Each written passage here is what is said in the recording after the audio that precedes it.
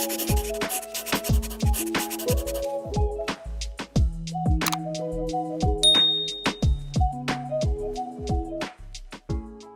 guys, it's all that jazz. We're on the road to 2K, so I'm gonna go ahead and join today by clicking that red subscribe button. Today, y'all, we are chatting, another chit chat with Jazz that we haven't had in a minute. We're talking about venting and complaining. So it has been on my mind because I do both. Sometimes we feel the need to like vent our frustrations or complain about something that might be bothering us, whether it's with a difficult co-worker or our friends or our family, just the general stress of life.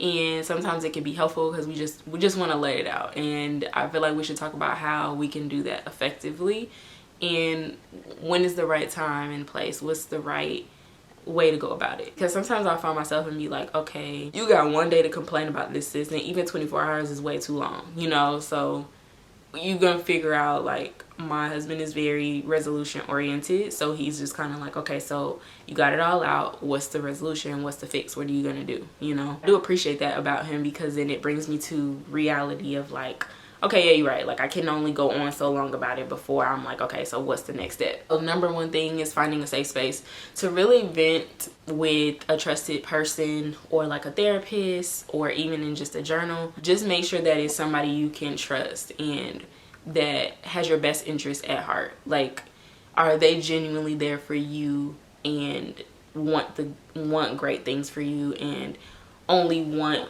what's best for you? You know what I mean? Like, are they here because they like eating it up, or are they there to be like, yeah, like I really hate that you're in this position and I really want the best for you and I want to help you if you need for me to help you make like decisions or just be a listening ear. And the next thing is, I feel like we should just be very specific in what it is that is bothering us so that we can nail down the real issue. So we can't just be like, like I'm really upset about like something general. I can't think of anything right now. And it's like, but what is it that's upsetting you about it? Why is it triggering you? Why is it frustrating you so often? What is it that, like, where is that place coming from specifically? Because sometimes it's things that happened in our past. We definitely have to focus on how we feel about the situation. We can't always blame someone else. I'm really good for doing that. Like, if only she didn't do this or she didn't do that, then this wouldn't happen. And it's like, I have to be accountable. You have to be accountable for yourself. And I'm over here saying this because I'm speaking to myself as well. It's not like, oh, I'm just accountable every single day. Like, no, not dwell on it. That is probably the hardest part, I think. Not dwelling on what you're venting or complaining about to ruin your whole day. That's the one thing I have changed. Like, I used to let things ruin my whole day. Eventually, over time, that changed with help. And so, like, from my husband, he's super helpful in me working out and sorting my emotions. He's low-key my therapist a little bit. What are husbands for though, right? You don't want to dwell on a negative emotion thing. It should be a certain like time frame. Like, it would be times where we might get upset with each other and I'm like, look, we can't go 48 hours like not talking, or a whole day not talking because we got mad at each other. Like, we got to work through our feelings, and that's just relationship, like not necessarily individual, but we got to work through our feelings.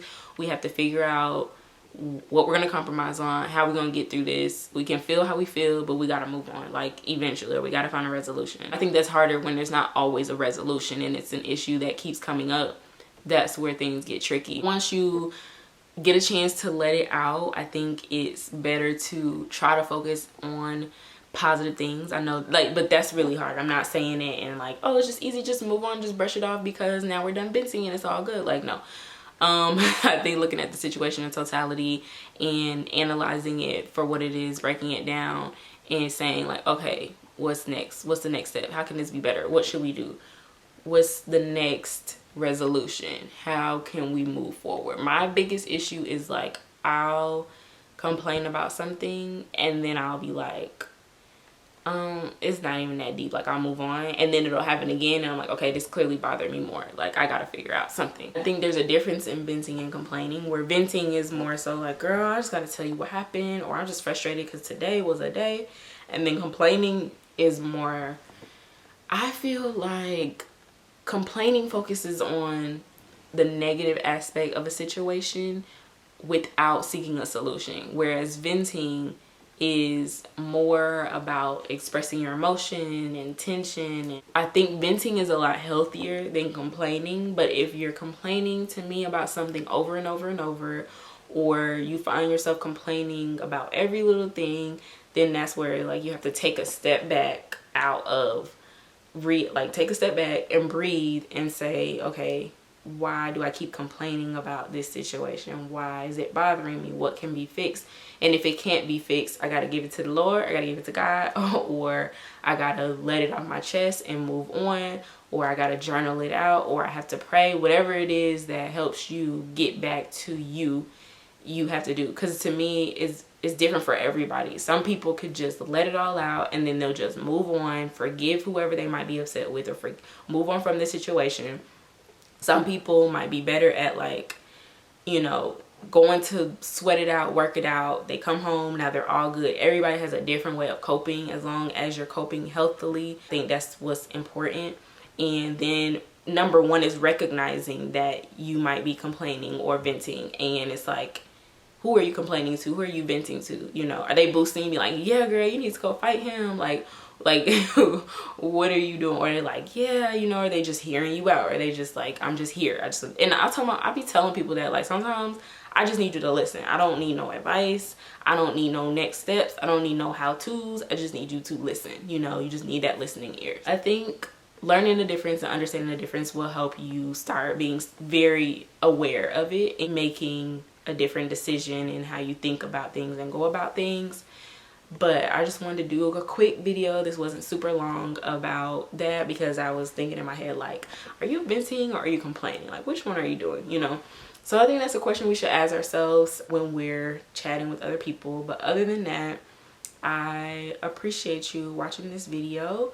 If you're still here, you might as well go ahead and subscribe. If you like this video, make sure you click the like button. If you were able to resonate with it, make sure you comment below, and I'll see you in my next video. Bye.